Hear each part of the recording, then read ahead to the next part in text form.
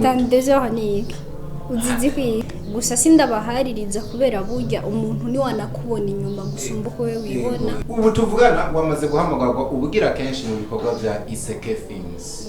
Kubera ikigoro hamagarwa mu mafilme hafi nka yose n'imbatari yose. Mugume biteguriye ico kintu. Ico gikorwa ngo kimeze gute ariko ko bikose murabizi ko Iseke yame bategurira ibikorwa byiza kandi biryoshe kandi hama impinduka kugira ngo mubone ibindi bishasha bitandukanye. Ese wowe warasinye Burundi muri Iseke Films uza nkuje gupagasa niyo terme hano bari ko yakoresha hanze cyangwa gukora ibiraka cyangwa barakurondera nk'ibisanzwe nk'umuntu bakoranye neza.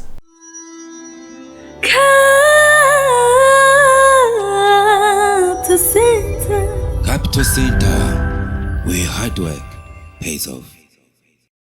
Okay, ya turabashimiye ku rukundo mutwereka umunsi ku munsi mukabana na Capital Center mu biganiro byagutse mu bandanye mu subscribing mu commenting yamara kandi mu sharing bigere kure cyane kugira muhore mwibera abambere kwindi ncuro nakiriye AKIJURU Christella also known as Kiki muramuzi yuko yongeye kumudondora cyane mbano hateba cyane igihe ari coco nuko ari mu Barundi kazi babikoze banasa neza. Christella ndakwakiriye. Murakoze cyane. Meze neza? Ego. Ongeza kajwi barambwiye ngo urumva ngo yivugira bukeyo ariko mu mwanyumvise namwe none ko ari umugeni mushaka vuge gute? Birangora kuduza ijwi cyane suko ntoriduza ariko birangora gose kuriduza. Bisigura yuko icyo bita amakorde y'ijwi wawe naho nyene yibera. Minsaba kumva umenga nashizemo utuntu tw'utuguvu kuntu. Ariko riraduga kabisa birumvikana. Sama irikira gutwara gute? Tubuza Sama bumve ibihe by'ici mu kirundi cyumvikana. Je rero simbona ko ari ici canka taci. Kubera nibereye mu bikorwa. Wikangurusha. Umunsi urahera. Wundi ukazamwo, wundi ukaza. Mbona ndi mu bikorwa nyene. Biragoye kumbwira ngo Sama ngo iki. Masaha 28 48 sebutahindezere zikikubita buganiya no gubona izuba ugasanga biragoranye. Sizi mpamvu muze sebutahindezere kera cara twenga mwana utwenze iki kukiri mu 72 heures ni uzizi kwi imbonyaje rwenga cha navuze 24 ni yarwenga mvuga karani muganize kuri sebutahindezere mwana ko abana bubu ni hatarisha unyumvire. Anyway wabyibushe cyane kuguma wegane wabyibushe inzobe nyinshi abantu rugo hagume ahantu ugaraniyo hagume nimbatari mugasho kare musari nagasho gufungiwa ahantu hese ibintu byo kubyuha rero abantu bamaze iminsi babimbwira wabyibushe iki gusa sindabahaririza kubera burya umuntu ni wanakubona inyuma gusumba uko we wibona. Ego sindabahaririza nanje parfois ndabibona ku mpunzu mugabo si cyane birasanzwe ariko cyane ngeze mbona bikubere hari gahana n'umuntu ugira ko yabyibushe bikamubabaza adakunda kubyibuha. Naje wese ndabikunda ngo mbyibuhe mbe munini nimba bavuga ko navyibushe koko basi sinzorenge ngaha byorenga ngaha nabizuce bisubira inyuma bijaho vyahora. Ahako birenga uraje unyara kubona nubwo kwingera ko nibindi biro bitanu ntabwo uzobura atakara kabisa. Oya sindabishaka sindavyipfuza ariko nivyashika bikaba ngombwa karuko bimera nakundi gusa siko ndabishaka. Birumvikana cyane kabisa.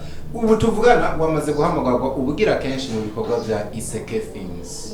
Kubera ikigoro hamagarwa mu mafilme hafi nka yose n'imbatari yose. Iseke n'umuryango wanje tubanye neza kuva twatangura gukorana kugera n'uno munsi dukorana mu mahoro menshi n'urukundo. Sinzi novuga ko ngira ngo ari umubano hari n'imikoranire. Ego uwo mubano no gukorana biteze kuba bihari ukaba wagitinga nabi.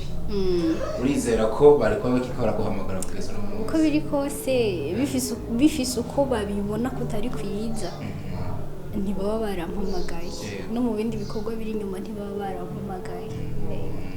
Bafise impamvu uko biri kose nziza yatumye basubira bakampamagara kandi birumvikana cyane. hari abantu bamaze imisi bibaza ngo ese wowe warasinye Burundi muri Iseke Films uza nk'uje gupagasa niyo terme hano bari koresha hanze cyangwa gukora ibiraka cyangwa barakurondera nk'ibisanzwe nk'umuntu bakoranye neza biri ibanga ukuntu sinshimye kubivuga ko ngo ndabibwira abantu yego ariko igihambaye nuko babona ibikorwa bakabona twakoranye muri bitatu bivuze amahirwe menshi twayatoreranye amahirwe menshi twayatorera he kubyo wahereye umuntu akugomwa kubera ko mwakoranye neza ahubwo kuba yaranasinye contract akaba atarabishira habona muri ibyo bibiri bihereza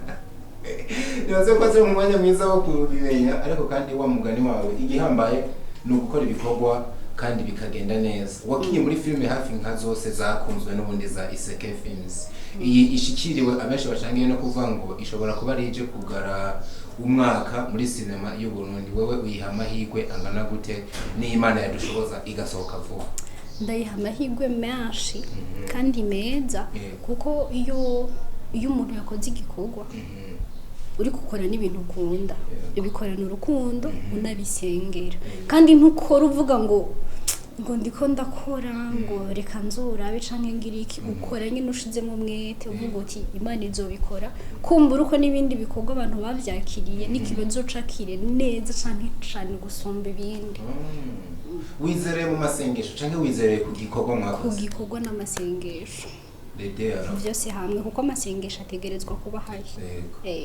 n'amasengesho niyo ya mbere n'ibikorwa uravye izindi zari nziza nivyo nkuko ndabivuze kandi muri bamwe mu bantu bigeze kuyaga muravuga ati kwico dushaka asubuma tuzana bya bindi nyene ndazi itekeye byinshi ariko ni kiye kintu kimwe cyonyene uyize kino film igirize yo bitandukaniye ko na zino zindi mwagiye muraba meze nk'ukivuga wamenga noba ndayivuza urusaku gatoyi kandi ari ibintu dushaka abantu bagumane mu kinyarwanda bavuga amatsiko kirundi sinumva neza gato kirundi ni wayita makenga sico ubona byitunoho nawo siwo dufate basi umunoho bagumana umunoho ni umenga byozamo gato ngabo naho nikumvikana neza cyane ariko basi bagumana uwo igishika canke igishika dufate igishika ranzi kirundi cyane okay basi bagumana ico gishika bagume bitegura ico kintu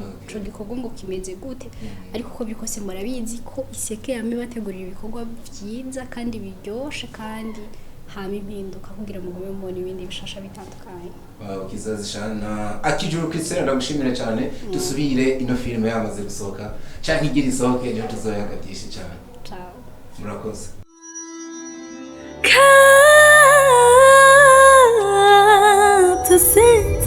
Capital Center, where hard work pays off.